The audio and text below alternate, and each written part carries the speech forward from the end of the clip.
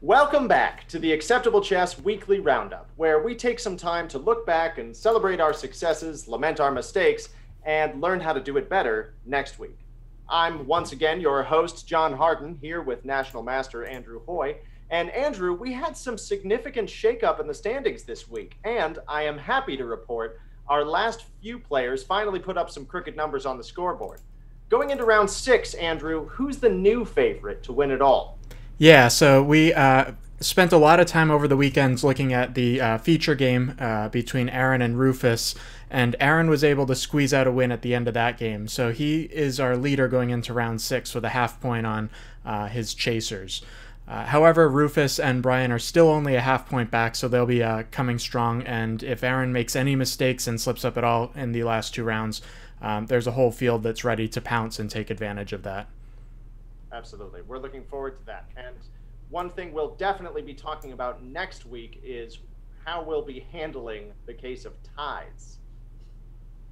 So, moving forward, we have a number of different topics that we wanted to look at this week, a segment we call Topics and Trends.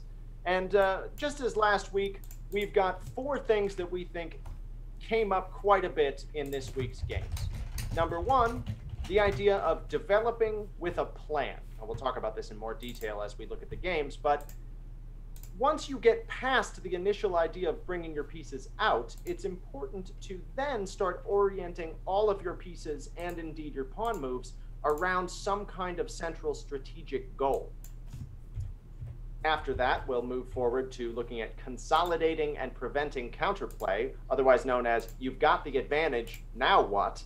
And finally, activating the king and making use of him in the endgame. He's not just for defense anymore. Our 4th theme is, as always, tactics, tactics, tactics. Yeah, and I think as we start to go through the games this week, we're going to see those themes all over the place. This was definitely a great week, and we had a lot of really fun games, but these tactics were the ones that John and I definitely identified as the ones to focus on as we're looking at everything else for the rest of the night. Andrew, why don't you take us into our first game, which was, I believe, Dave Morrissey versus Bill Baxter Stoltzfus. Yeah, okay. So this is a good game, and right away we can start to talk about developing with a plan.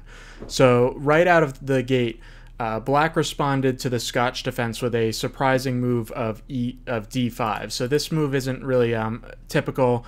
Far more common is to take on d4 and then develop the bishop or the knight to try and focus on contesting this d4 square right away. So by playing d5, it's letting white off the hook a little bit in that d4 is not under attack.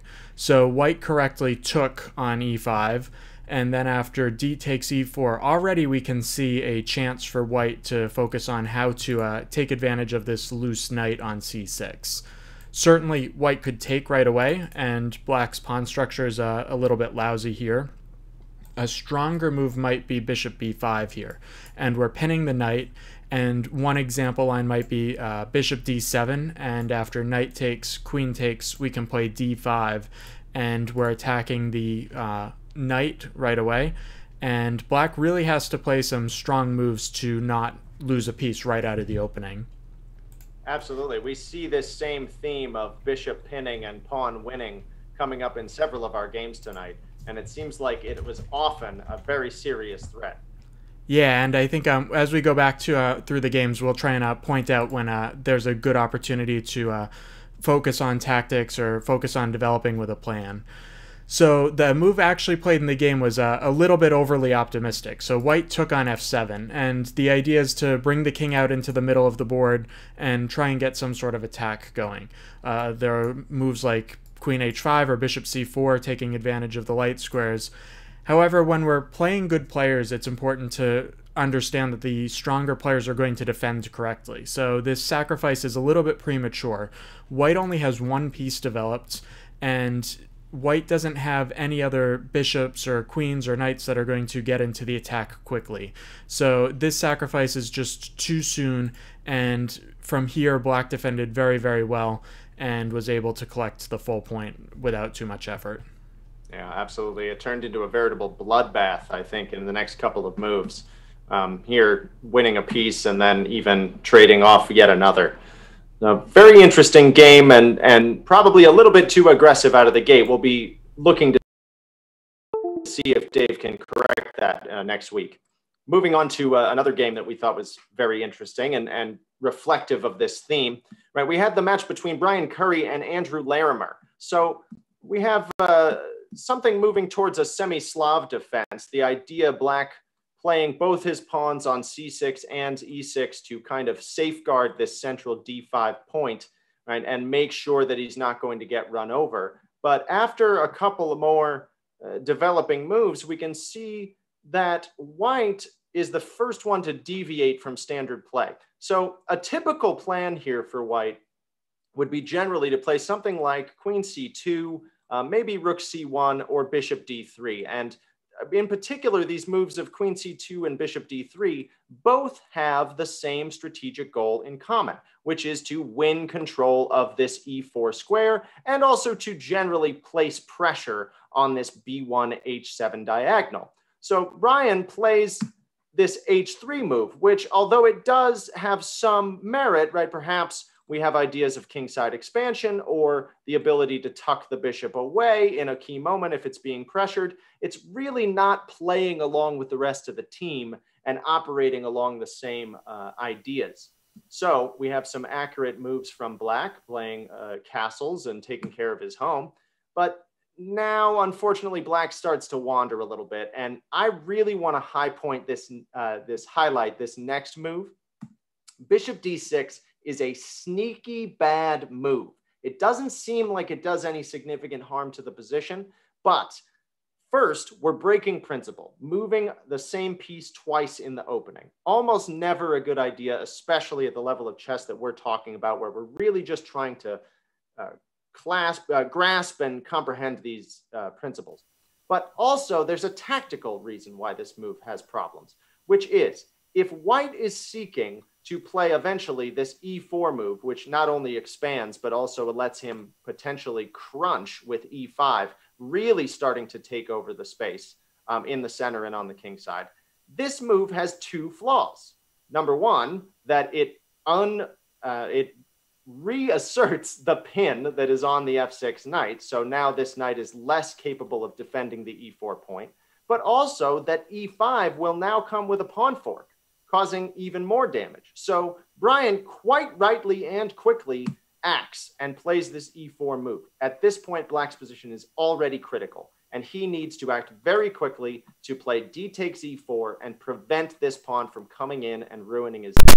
Unfortunately, this was Andrew's first time playing with this opening setup, and I think he was still learning to put some of these key ideas together. So he played the, unfortunately, rather do nothing, Queen e8. It does get out of the pin, but it ignores this massive threat of e5. And his position collapsed shortly thereafter. He lost a piece, and rather quickly the center became open, and we descended into something that was honestly pretty chaotic. I think perhaps he was rattled by some of his earlier mistakes. The final blunder was this move, Bishop f5, which unfortunately hangs a whole piece on c5. And Brian very nicely consolidated and cleaned up thereafter. This pawn fork is an illustration of how much White is in command. Yeah, that was a really nice game, and I think it's just a little bit unfortunate that it was not more resistance put up by the Black side.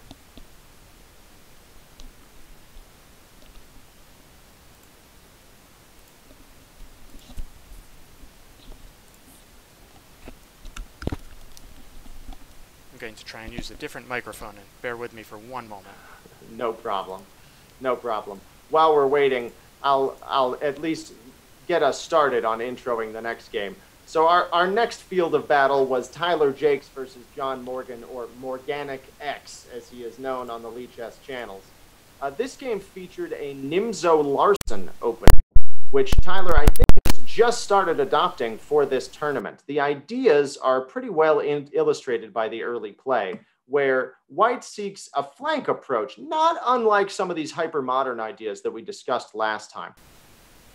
right? The idea being to sort of control the center from the sides and encourage black to play something like an early e5 in order to undermine it later with moves like bishop b5, pinning the knight, which helps to defend this square, and then even more dramatically, f4, which looks like a beginner move, but here is actually part of the normal field of play.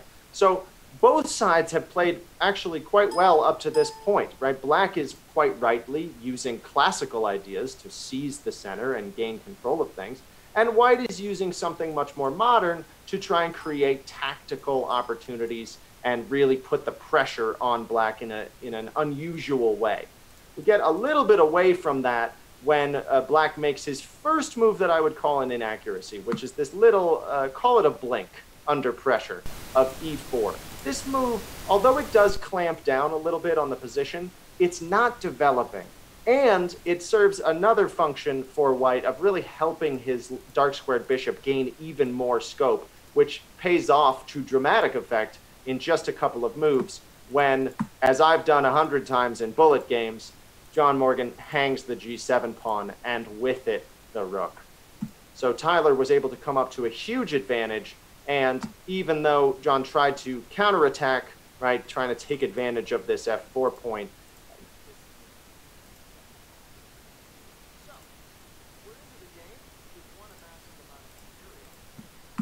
what now? At this point, okay, it is very, very important for white to start looking at our next theme, which is how to consolidate the advantage and eliminate counterplay. John finds a really nice move here. c4 was very good, right, trying to open up the center and place even further pressure. But I really like this response, trying to take advantage of the fact that this d3 square has been left behind, right, bringing the knight in here and hopefully after being defended by the e4 pawn, really being able to cause a ruckus. So we see some trades and some very sensible play here for a couple of moves, but I think right after, we just proceed a little bit further here, we have a nice removal of the guard tactic here, right, taking the e4 pawn, which brings the d3 knight suddenly into loose piece land, which Tyler's even able to collect.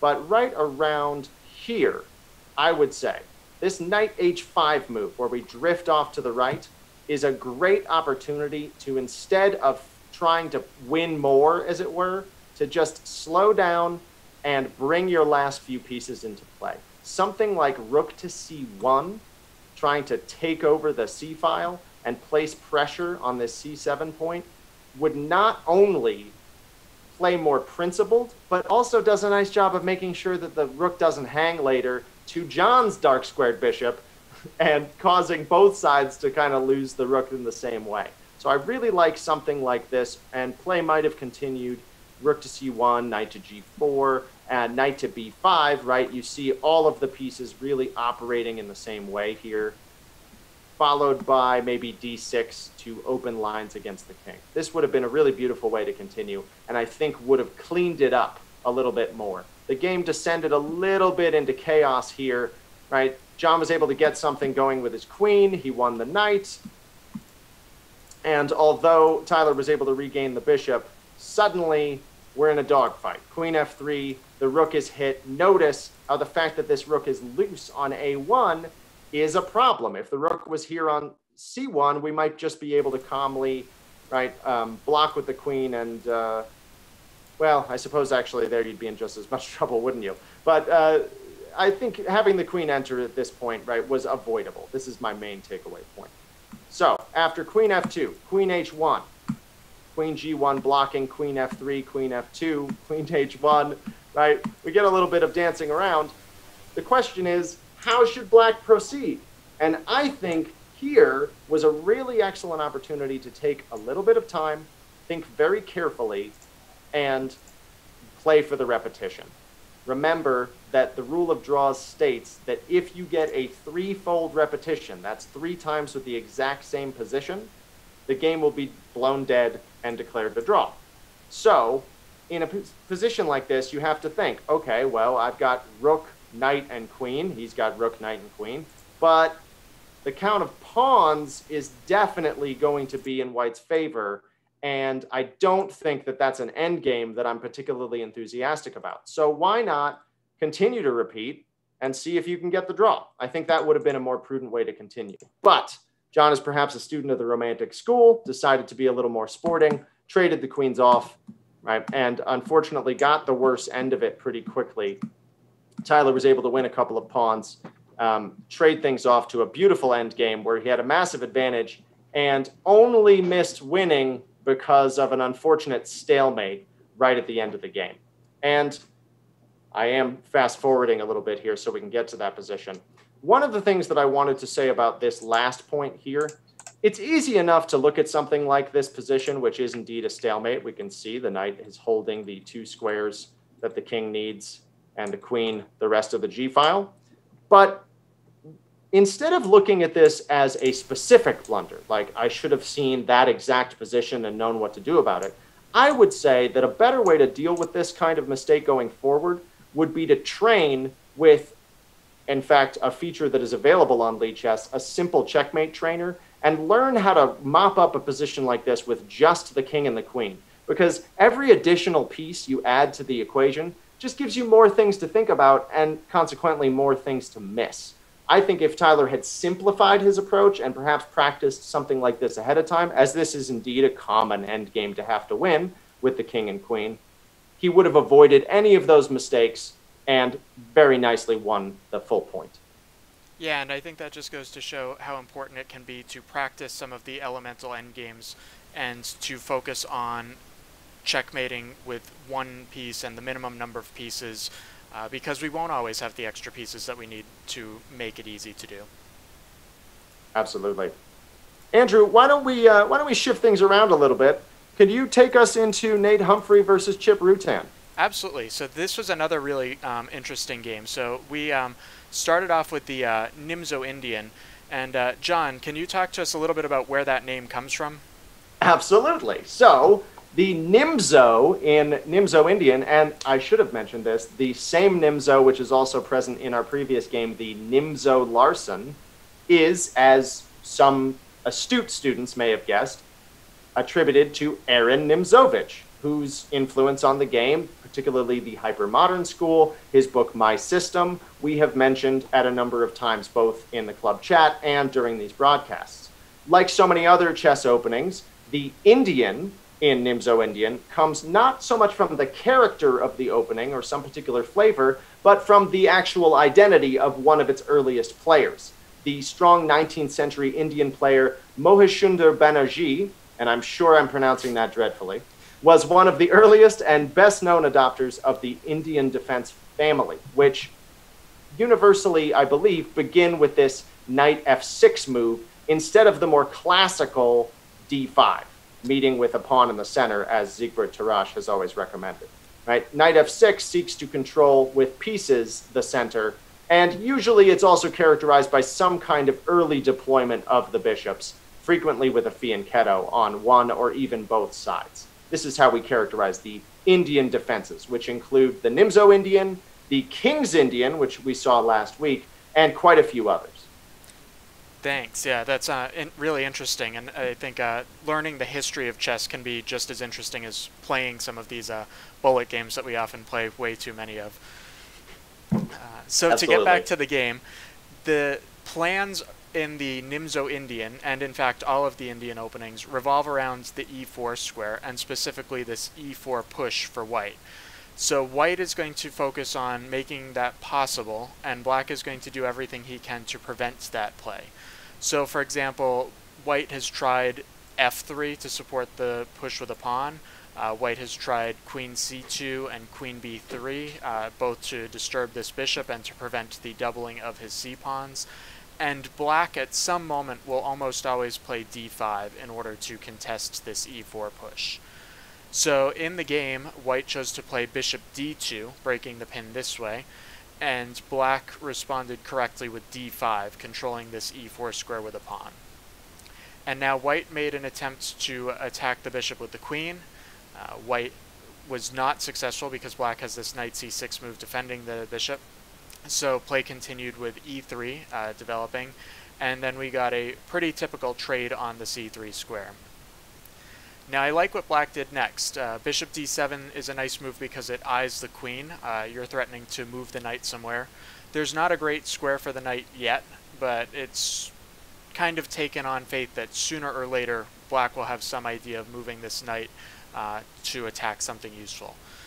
So white got out of the way by playing queen c2, and after a couple more moves we ended up with all of this support of e4, and black now played a little bit of a quiet move with a5.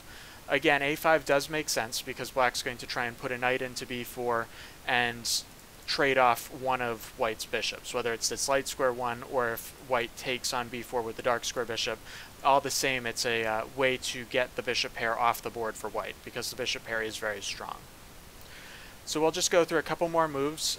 Black has spent a couple too many tempi on the queen side now. I don't like the combination of b6 and a5, so white decided to break in the center with e4.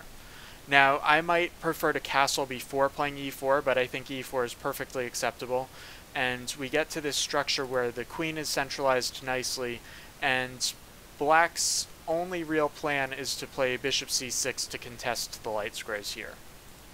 Okay, so white castled.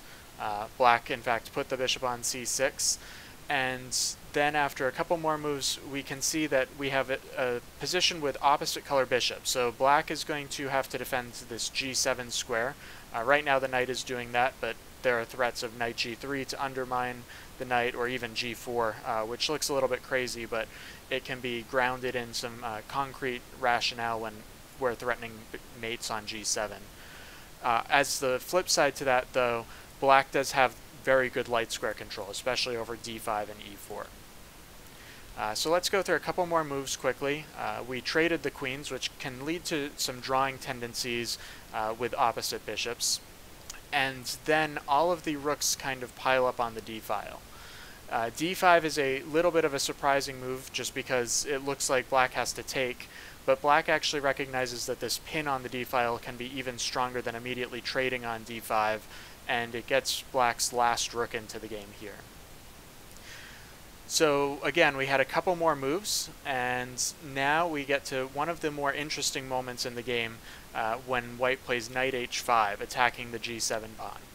Black has to decide how to deal with this threat.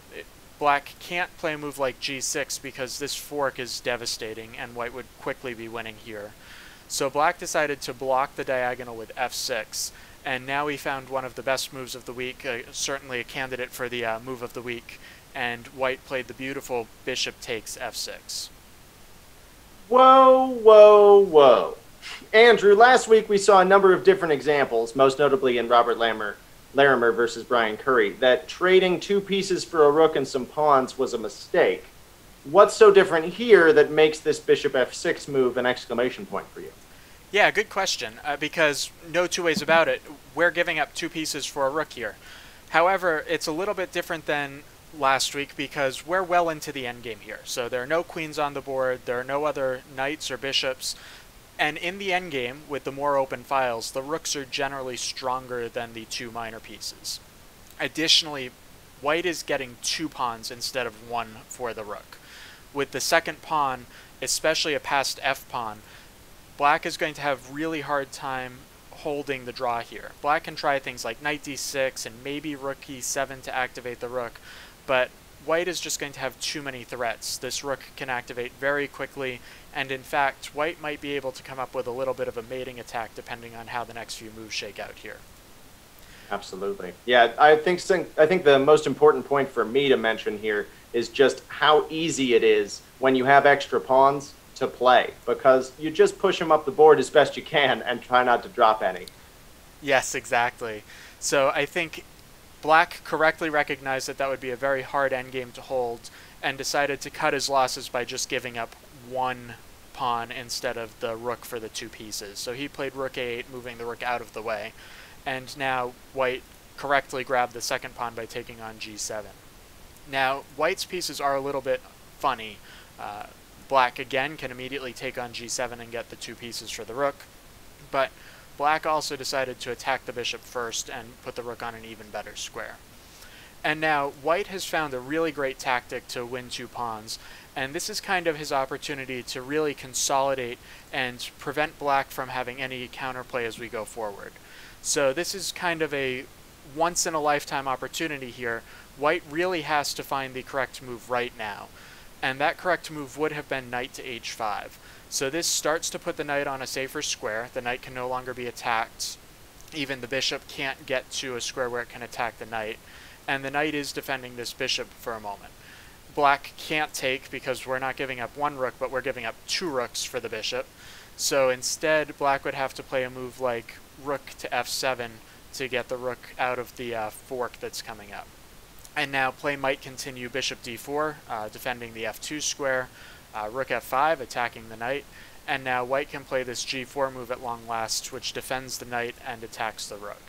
And just as an example, rook takes d5 is not possible because of knight f6, once again forking the king and a rook. It's interesting to see how often that same move came up in all of these different lines. Yes, exactly. And I think that's actually a really good point.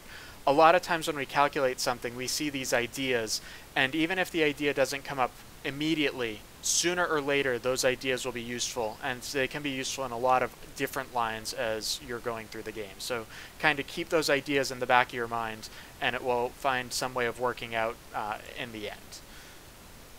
Alright, so let's hop back to the game. So instead of moving the knight back, instead white played rook e8, and now there is a little bit of a tactical problem with this rook e8 move.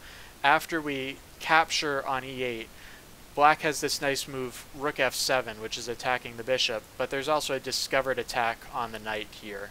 And now we trade everything off, and white has two extra pawns, but the game could have been much simpler than it is here.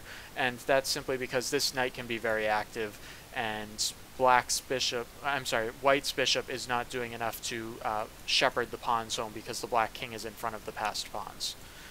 Now, white did show excellent technique from here on out, so white was able to close out the game. First he won the c7 pawn, and now he has two passed pawns. And one rule of thumb in all of these endgame positions, if you can get to a position with two passed pawns, usually there's going to be a winning attack. So again, white consolidated the advantage by defending the pawn, and then he started pushing this second pawn up the board. I do like the move king g2. It's a nice example of what we were talking about before, activating the king in the endgame. The king is going to keep the knight out of f3 and perhaps dominate the knight if we can play moves like f4, knight d3, and king g3. So the game actually continued with knight d3 immediately, and white just rushed these pawns up the board, taking a move out to gain a tempo over here. And now with two passed pawns, the game is in hand for white.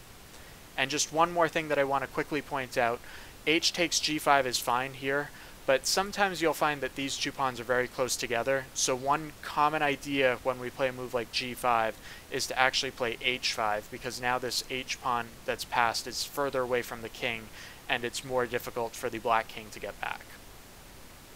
Very nice detail.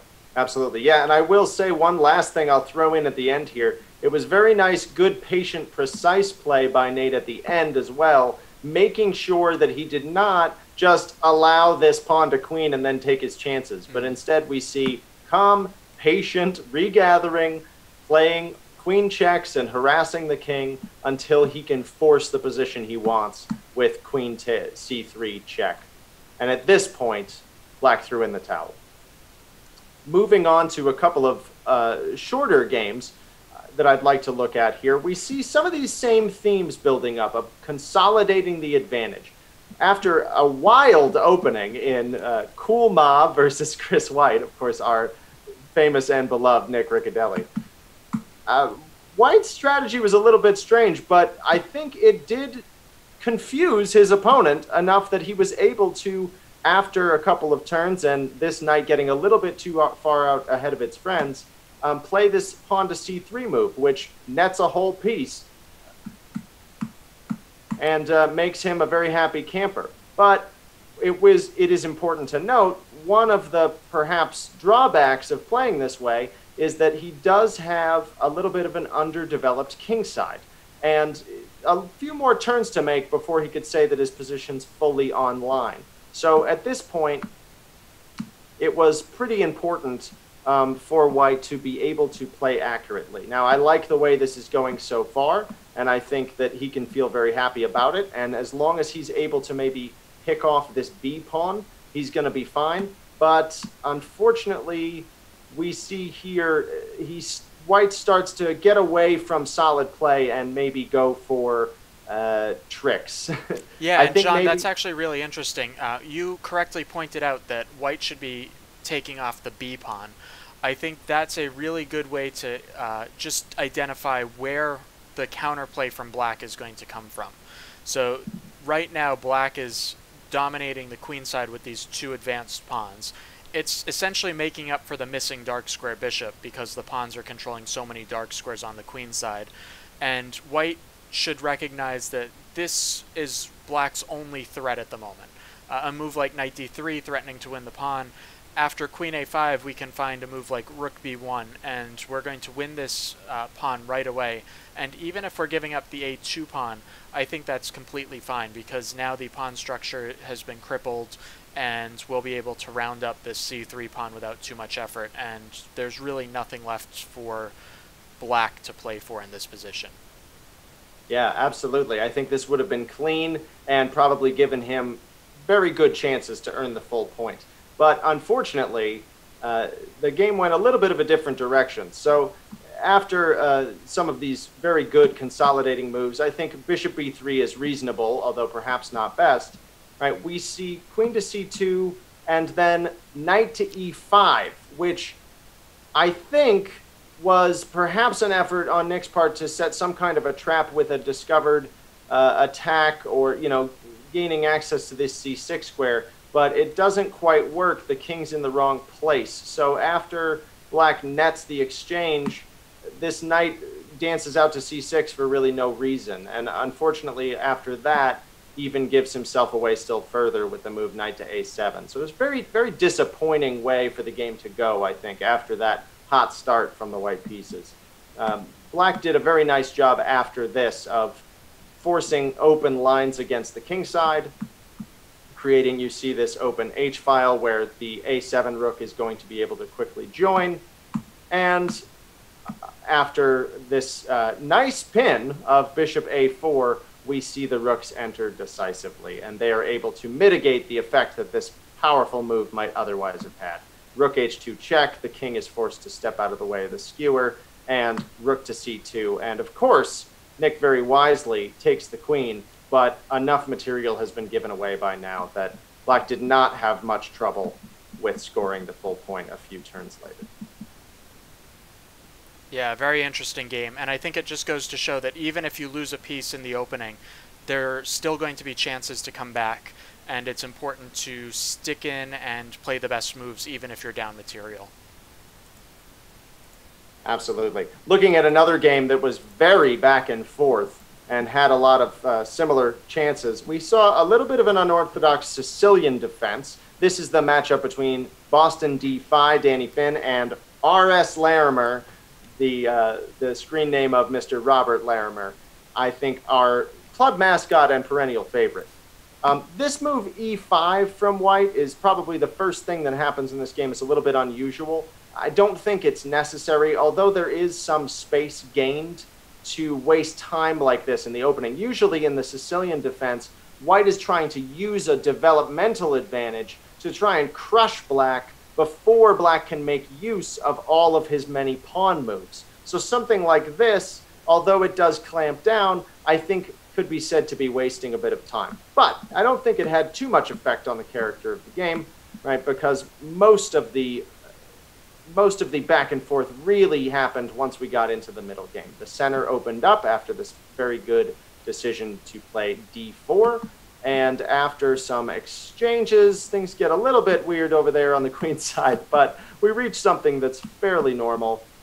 Really, the position that I want to focus on comes in just another few moves. So we have some more exchanges, another few turns, and now we see an unusual pawn structure, but actually some somewhat typical Sicilian themes, which are opposite side castling and attacks, therefore, on both sides of the board. So white should probably, despite where his pieces are being placed at the moment, be trying to maybe make some maneuvers and get over to the queen side so that he can attack over there, where black might want to try and find a way to get this rook into play and make his own checkmating attacks over on the other side.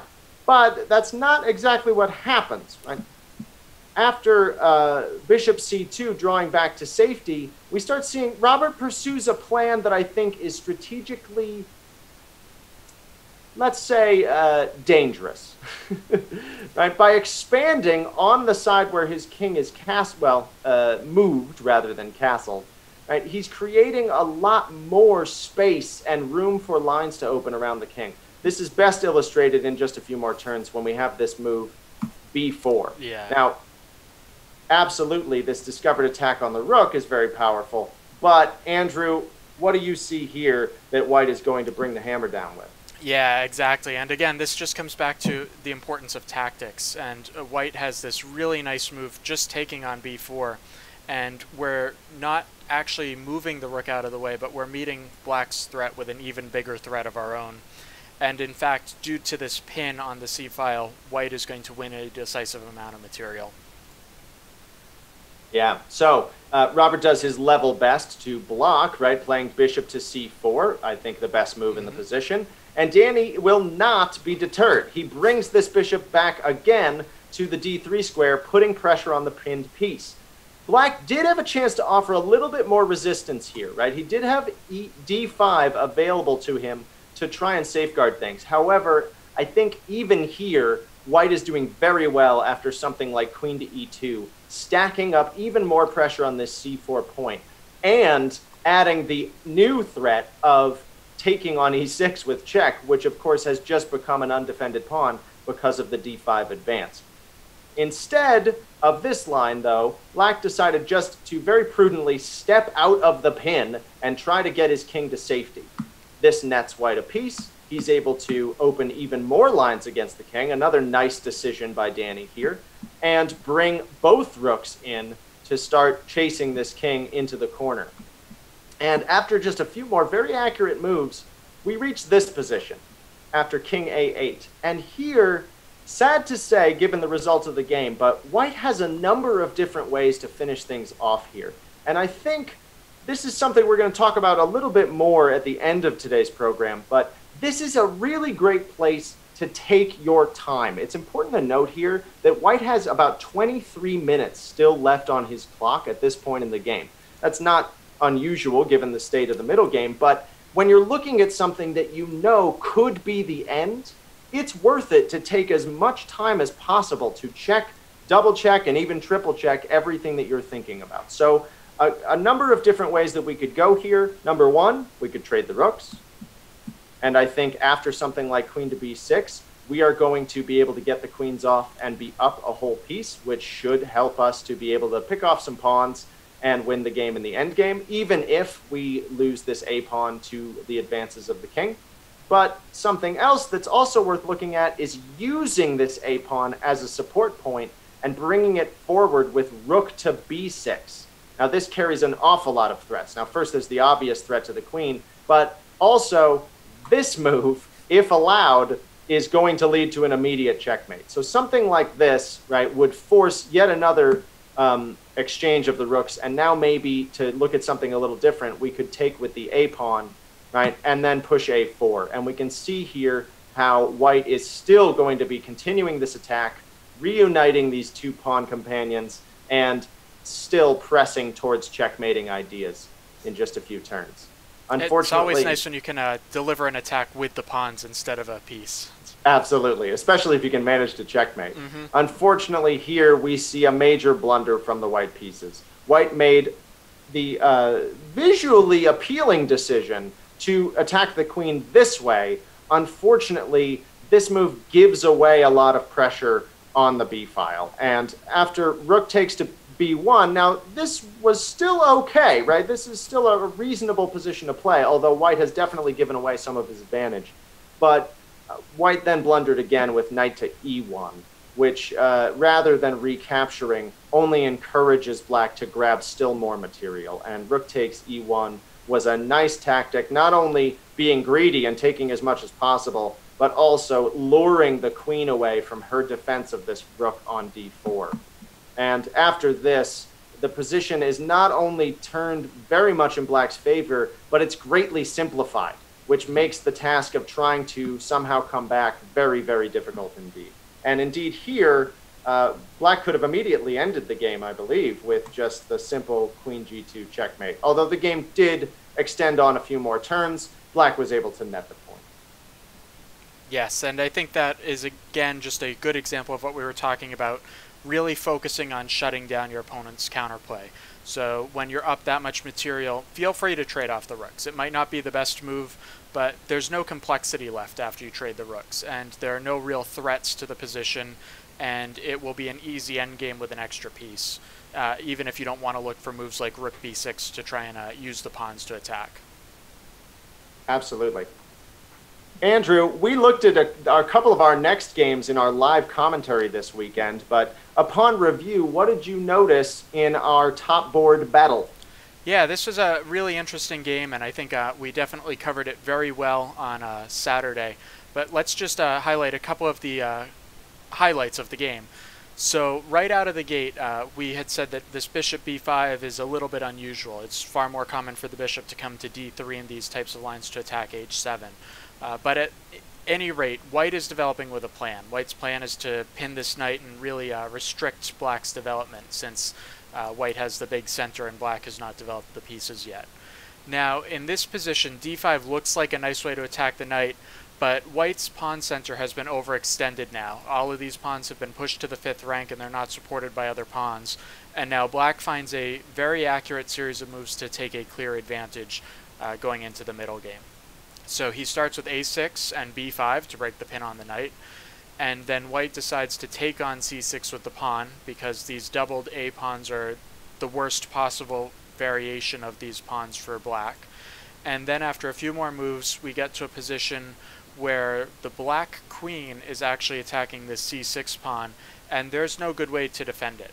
So this is a moment when white has already made a mistake in allowing black to untangle and collect an extra pawn, and black really puts down the hammer and wins a couple of pawns here and goes into a middle game that he really should win up 2 pawns.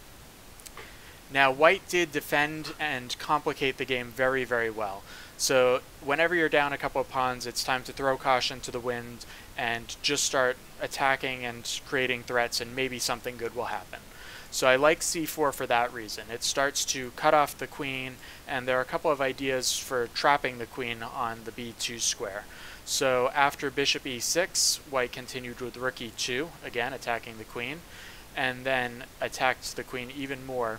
And in this position, I was thinking that rook c1 might be a good way to play, maybe to pick off the c7 pawn, and then even if black is going to be up the a4 pawn and the d6 pawn, it's not such a big deal because the a pawns are doubled and the d pawn is isolated, and we can really put a lot of pressure on the d pawn. So some example line might look like this, where we trade off the pawn that way, but with the active rook and the threat of rook d2, white should be able to hold this endgame, even if it's not going to be pleasant and he's really going to have to work at it. Instead of what happens there, white played knight d4, and that just threatens to take off this bishop on e6 and undermine the structure that way. And again, we had a few more moves. c5 was played, and then after rook c1, attacking the queen, this is a critical moment again.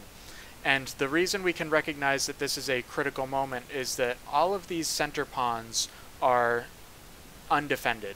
So d6 and e6 are both going to be under attack, and black really is going to have one shot to play quickly and protect all of the pawns and then mobilize his center. In this position, I would even consider giving up the c5 pawn or the e6 pawn in order to consolidate and really get a position where the other 2 pawns are connected and passed. So by thinking about it that way, a move like queen d5, which is what was played in the game, we can see that that's going to run into rook d2. And now this pressure on the d file is just too much, and there's no good way to defend the d6 pawn. Of all of these pawns, it's important to recognize that the d6 pawn is the one that we can't afford to lose, because that's going to tie together the other 2. So recognizing that, black might have found queen f4. And with queen f4, black is going to have just enough time to defend the d6 pawn, and even if he loses the e6 pawn at some moment, he's going to be able to consolidate and defend this way. And it is important to note that rook e6 immediately is going to run into queen f2, so that's not such a good variation here. But we can spend the time with queen f4 and then rook d8 to defend the pawn that way, regardless of how white continues to play. Absolutely. Yeah, it's important to note there too. I think one of the things that I like very much about that queen f4 move is just that it also allows for the possibility of an easy win in an early evening should white maneuver his queen and miss this threat to his c1 rook. Yes, exactly, and that might have been a cute way for the game to continue.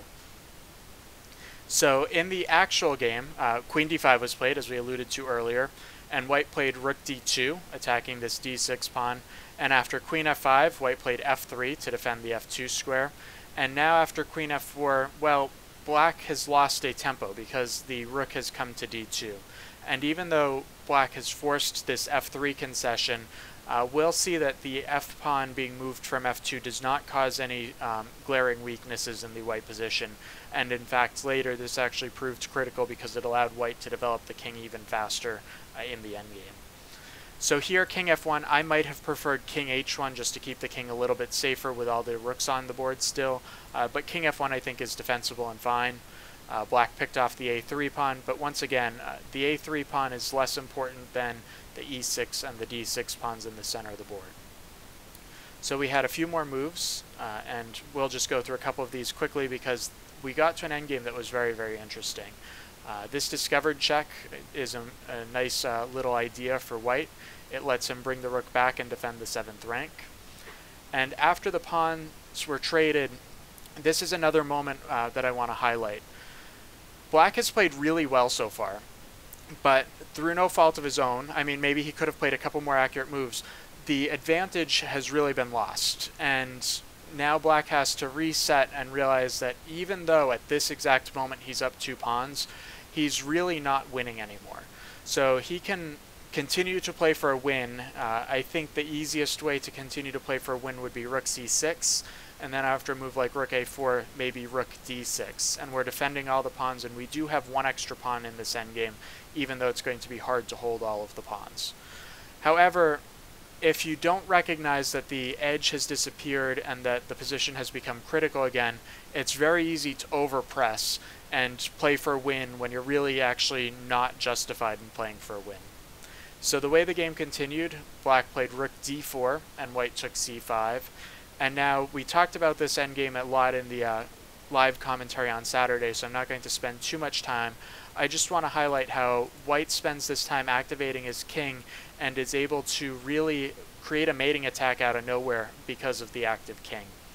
So here, white does take the moment to scoop up the pawn before it can get too far advanced, but then he brings his rooks back and resets and marches the king up the board to try and create mating threats. And this moment here, with both of the rooks on the a-file, is another instructive one. This might have been black's last good chance to trade a pair of rooks, and this endgame should be an easy one to hold if black activates the king by playing a move like king g7 or even rook b7, so that he's going to have the idea of king g7 at his leisure later. Instead of that, black decided to go for a counterattack with rook d8 and rook d2. And once again, unfortunately, this is overpressing, and playing for a win with the active rooks is actually just going to lead to issues, and white is going to have a much stronger position. So once again, we activate the rooks. There was a mate threat on c8, so black has to go backwards, and now white brings in the king for the decisive blow of king g5. Even though we're giving up g2 with check, the king secures itself on h6. There are no more checks, and now we've found that there are just a multitude of mates, and there's no good way for black to defend. And the game actually ended with a very pretty mate, starting with rook h2, rook g7 check, and now the final blow of king h7, and there's no defense to rook g8 mate. Really nice, excellent game. Andrew, I do want to back up in time just a minute to handle a question from the chat. We had mentioned earlier that there was no good way to defend this c6 pawn, and it was posited in the chat that this knight d4 move might be a try. What's wrong with this move? Yeah, so knight d4 would have been a reasonable way to try. Black can immediately take on d4 and take c6 this way. This is always a little bit of a risky plan when you're giving up the fiend-shadowed bishop around your king. But with the opposite bishops, it is possible to do something like this, because as strong as white's attack might be after a move like bishop h6, black is going to have an equally strong attack on the light squares here. And in fact, black is going to be able to play moves like f6 and rook f7 to defend the g7 square horizontally, because the light squares are going to belong to black instead of white. Wonderful. Wonderful. Moving on to another game that we also got the privilege of taking a look at live.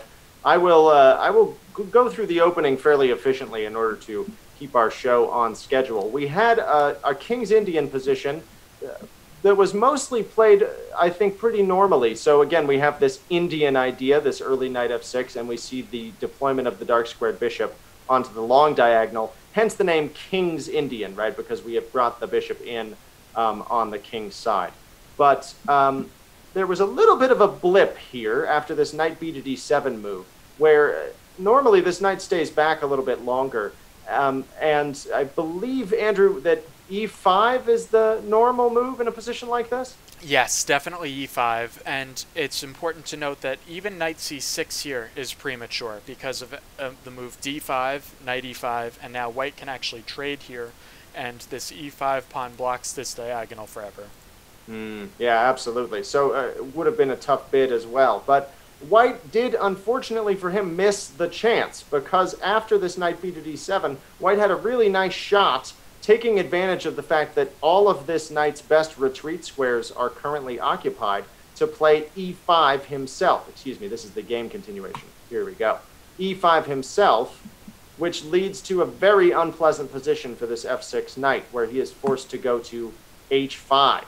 Perhaps just to stay on the board, at which point I think probably the simplest continuation is just g4. It does compromise the king side slightly, but a piece is going to be worth it, especially when I haven't even castled yet to that side. So let's continue. After that shot was missed, black did proceed with a more thematic and normal e5 play. And after taking, Andrew, you had remarked during the game that you didn't like taking with the knight here. Right, can you remind our viewers what that was about? Yeah, sure. So taking with the knight allows white to trade a pair of knights, and after this pawn takes on e5 by white, the fight is really going to revolve around the d4 square.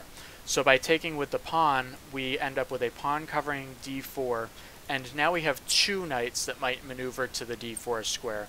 And actually the fastest way to get there is knight f8, followed by knight e6 and knight d4. So by keeping this knight on the board, we get to the d4 square faster, and in fact we can reinforce it with the second knight in some lines by walking around and following the same path. So in most of these positions where the d pawns have been traded in a King's Indian type of position, we really want to keep all of the knights on the board so that we can eventually land one of them on the d4 square.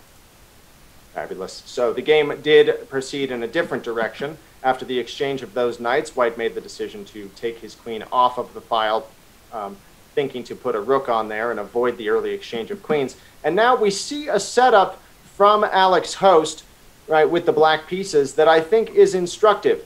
Last week, we had seen how he had gotten into trouble, and indeed, Nate Humphrey had also gotten himself into trouble with this queen e7 move. And we saw how, especially when combined with g6, that you can get yourself into some very annoying pinning positions after something like bishop g5. So I like this setup a lot better. Right, this week it was c6 and tucking the queen in on c7, where it can guard the e5 square and stay out of those kind of troubling positions. Right, so after a few more moves, we had this interesting moment where white makes the decision to play this f4 move. Now, I think in light of what happened, it makes sense to try and activate your pieces and give life to this rook. But Andrew, I remember you had feelings about this move during the game. Yeah, I think f4 lets black off the hook a little bit. Black's position is very cramped. This bishop on g7 doesn't have a lot of scope because of this e5 pawn. And f4 is kind of a move that fails tactically because Black is going to be able to play bishop h6, and in fact that is what he played in the game. And he's going to be able to take advantage of the fact that this bishop on e3 is hanging with check to trade off all of the pieces that are cramped and on lousy squares, and he'll be able to at least equalize in this position. Absolutely. And it's important to note the only reason this did not happen, as indeed Black pursued the correct plan and was able to trade everything off. But here, having accomplished a very nice strategic goal, he failed to notice the incredible danger of this remaining position, that things are still tenuous, and he needs to take one more moment to figure out what White is up to. This move, rook d to f1, is coming with a very dangerous attack on the f7 pawn, and so what was called for here was a rerouting of the knight. Something like knight to d7 would make a really nice, hard-to-find move, where after rook d to f1, the knight can plant himself on e5. We see this as a beautiful blockading square. He blocks this e-pawn, which helps in a small way also to keep this light-squared bishop dead. He can't be driven out. The d4 and f4 moves are no longer on the board. And just as a bonus, he backward protects the f7 pawn and prevents what follows. Unfortunately, instead, Black went with king to g7, and Charlie Larimer was able to immediately get some action on the f-file. Right, this rook to e6 move is quickly driven away. We get some trades, but not before this in-between move, or Zwischenzug, as I am fond of saying, allowed Charlie to net himself a pawn. And at this moment, it's very important to note that White has very good winning chances here because of the activity of his rooks.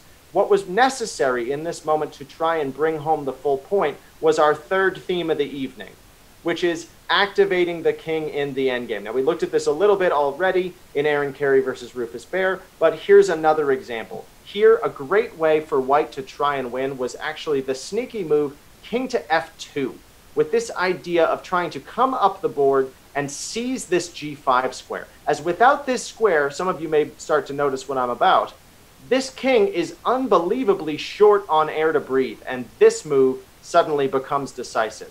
So something like this, where the king is slowly marching his way up, would have been an excellent way to proceed. And just one interesting line here. So king g5 would be a more proactive way to defend, and White could still be doing well after gathering his pawn and trying to maneuver the knight over with a check. But a line that Andrew pointed out to me that I really love is if Black doesn't quite understand the urgency of the situation and just tries to activate his pieces, we have e5, rook takes e5, and now king f4 with the double threat of taking the free rook and securing this critical square for the checkmate threat coming on h1.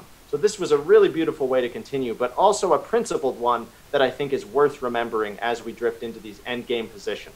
It's not just about promoting pawns. You never know when there might be a checkmate attack.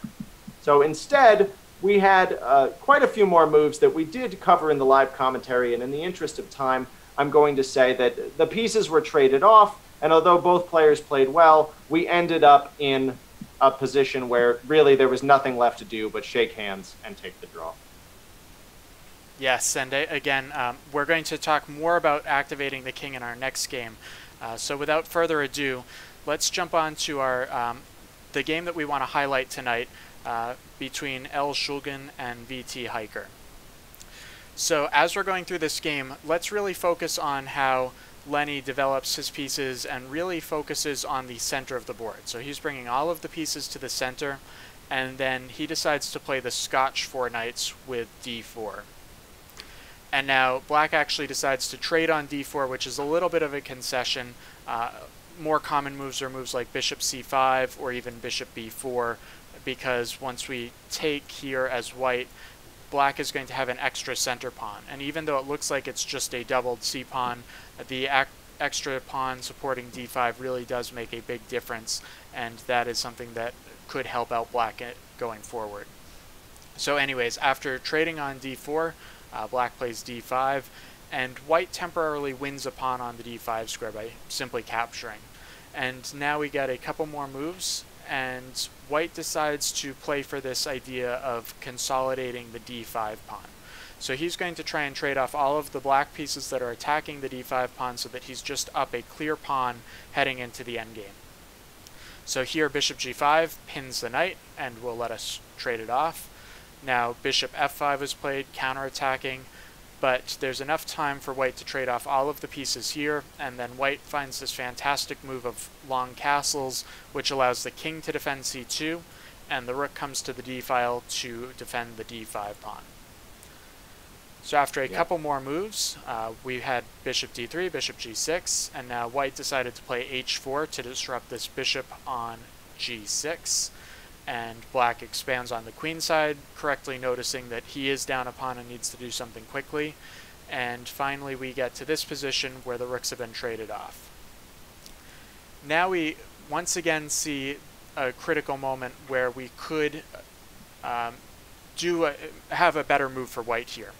So in the game, white played f4, and after bishop takes c3, pawn takes c3, white has made a little bit of a concession with these doubled pawns because this b5 pawn is going to be able to hold back both of the pawns while still holding back the a pawn, and this does give black a little bit of counterplay.